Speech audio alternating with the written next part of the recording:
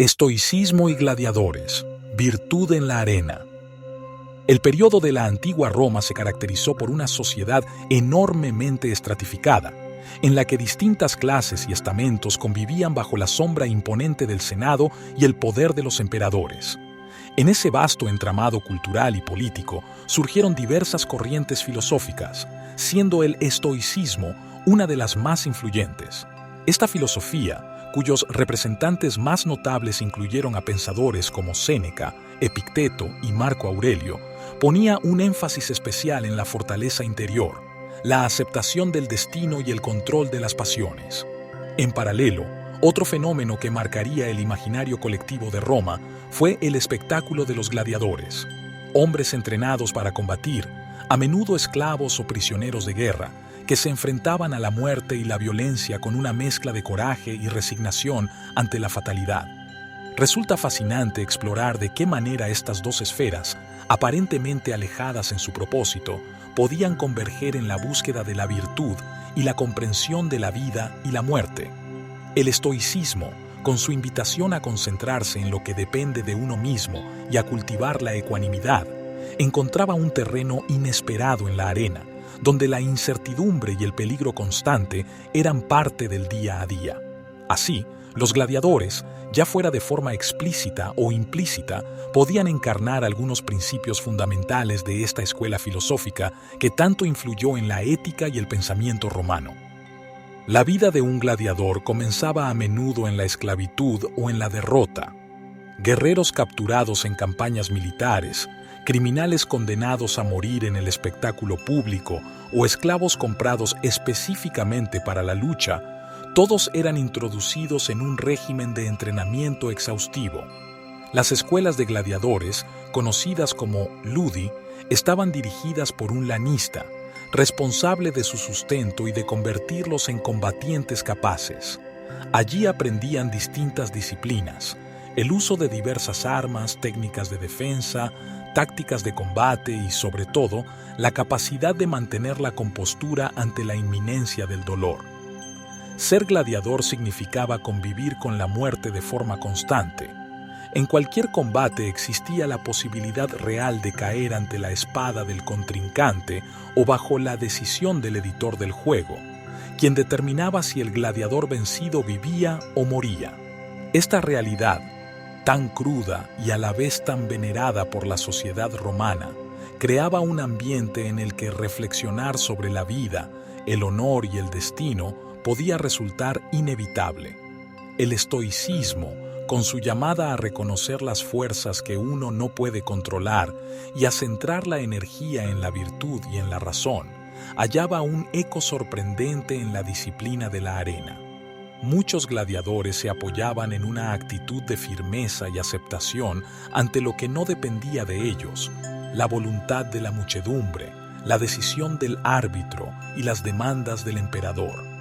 Aunque tal vez no citaran a los grandes maestros estoicos, sus actos podían encarnar los valores de coraje, prudencia y templanza que la filosofía proponía.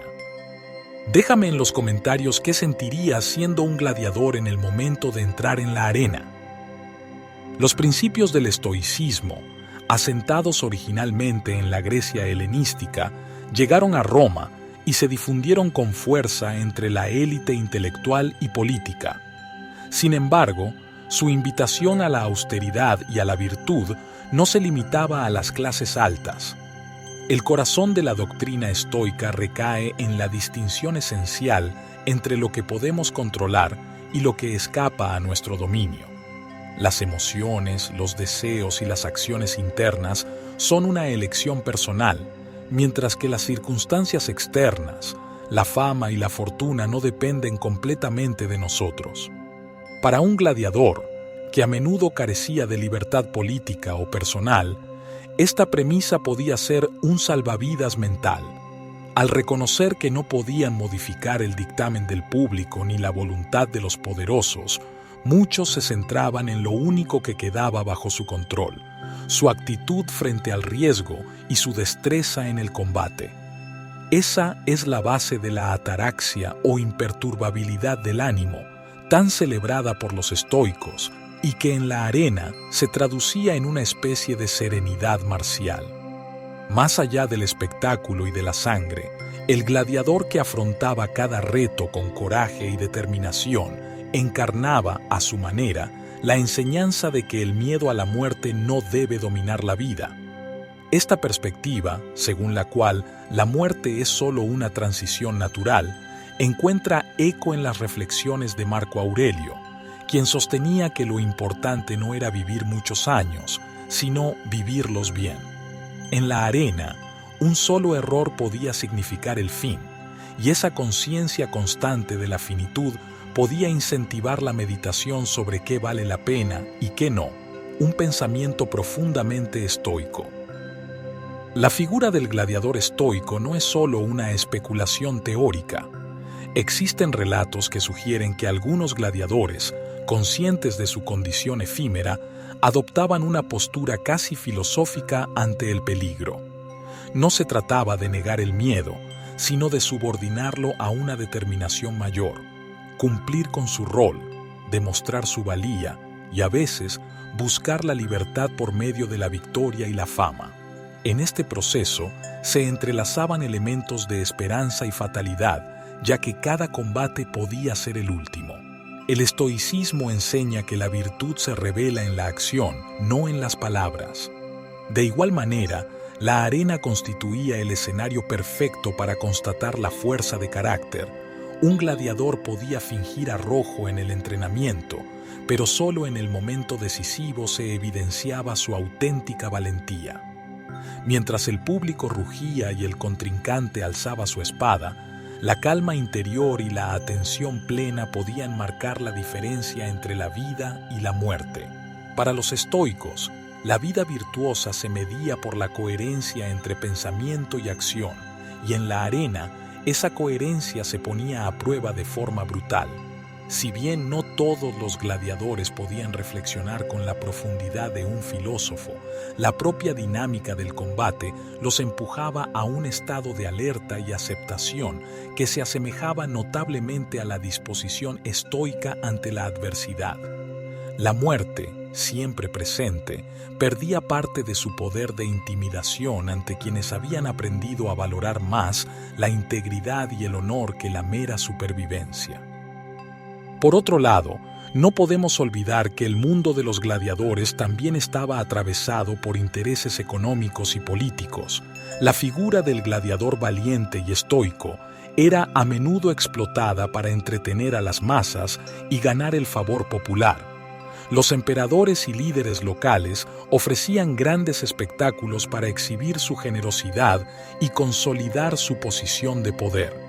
En este contexto, la muchedumbre vitoreaba el valor de los luchadores, pero también demandaba sangre y emoción. Era una paradoja cruel. La misma multitud que podía admirar la gallardía y la entereza de un gladiador era quien, a un gesto del emperador, decidía su destino. Los estoicos, por su parte, veían en la crueldad y el exceso del espectáculo un reflejo de pasiones descontroladas. Filósofos como Séneca criticaron la brutalidad de los juegos, resaltando que el verdadero valor no se hallaba en la agresión, sino en la moderación y la reflexión. Sin embargo, la popularidad de estas luchas se mantuvo durante siglos, y en su centro persistió la figura del gladiador que, aun siendo víctima del sistema, encontraba formas de sobreponerse a la desgracia con dignidad. Esa dignidad, que podía traducirse en la serena aceptación del destino o en la valentía frente al sufrimiento, era uno de los pilares de la enseñanza estoica. Nada, ni el tormento físico ni la pérdida de la vida, podía arrebatar la integridad de un alma resuelta a permanecer fiel a sus principios. Al contemplar la relación simbólica entre estoicismo y gladiadores, es esencial recordar que la mayoría de estos luchadores no eligieron su destino, fueron obligados a combatir y, en muchos casos, a matar o morir para satisfacer un apetito de violencia ajeno a ellos. No obstante, dentro de esa falta de libertad, algunos encontraron un margen de agencia a través de la fortaleza interna. El estoicismo propone que incluso en las peores circunstancias, el ser humano puede mantener la autonomía sobre sus juicios y actitudes. Este principio, llevado a la arena, significaba que el gladiador podía encarar la muerte sin sucumbir a la desesperación, conservando al menos la firmeza de su espíritu. En cierta medida, la popularidad de los gladiadores que mostraban ese temple ponía en evidencia la admiración romana hacia los rasgos estoicos, como el control de las emociones, la capacidad de soportar el dolor y la muerte con entereza, y la búsqueda de la gloria a través de la valía personal. Incluso los grandes pensadores estoicos, aunque criticaban el abuso y la crueldad inherentes a los juegos, podían reconocer en la determinación de ciertos gladiadores una manifestación práctica de sus enseñanzas. A fin de cuentas, para el estoicismo no existe situación que no ofrezca la oportunidad de ejercer la virtud. En la arena, la mente humana ponía a prueba sus límites con intensidad extrema. Así, el legado estoico resonó en los rincones más violentos de Roma. Suscríbete para más contenido y convertirte en el gladiador estoico.